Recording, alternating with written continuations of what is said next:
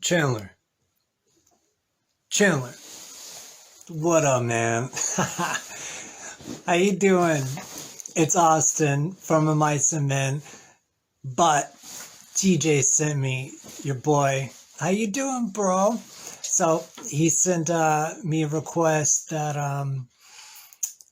for a video for you, and he was talking about how dope you are and what a good friend you are, and he was saying that you like writing lyrics and that's like your passion, and you're a huge Mice and Men fan. Thank you. My favorite album is The Flood, especially The Flood re-release. So The Calm, The Storm, The Flood, The Depths, and then The Flood. I like that. And then from Restoring Force, my favorite songs are like You Make Me Sick, Public Service Announcement, PSA. It's the same thing. Bones Exposed, the heavy stuff for sure. So it's funny that he was like, he's a lyricist. He likes writing lyrics to songs. That's like his passion. Because literally right now, look at that's a crib. But look, so all of those, and I got more on the floor. Those are all lyric pages from older Mice and Men albums. On my, I have a Patreon, and I've been putting new music on there. And the first people that sign up get a bunch of these pages in the mail. And the pages are when we were in the studio for Restoring Force and Cold World. And it's funny that he sent this tonight, and I'm doing this, and I was reading like some of these old lyrics that I have, and going through it, and I told everyone that's on my Patreon, like, look, there's some really raw stuff in there.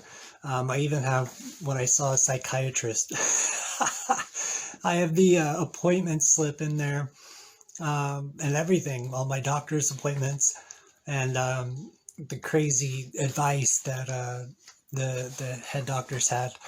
But I wanted them to see the rawness of it and to see where my head was, because my head wasn't in a good spot.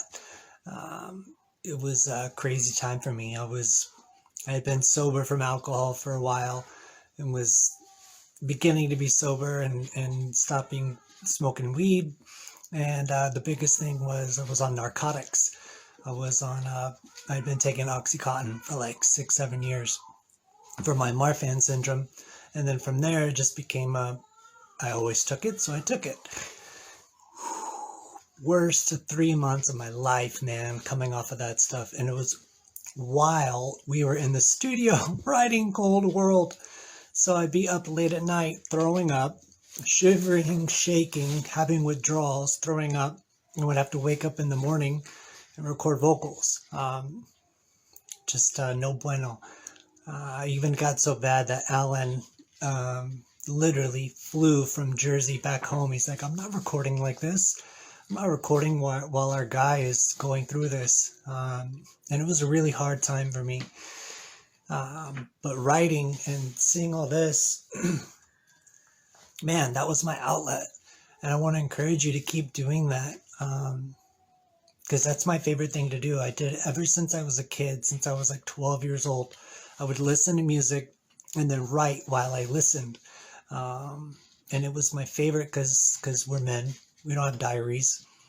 But it's basically the same thing, just to get all that you have in here out. Because it's not good to just keep it in. So I wanted to read just one little thing that I had. I don't know if it was for a song or just...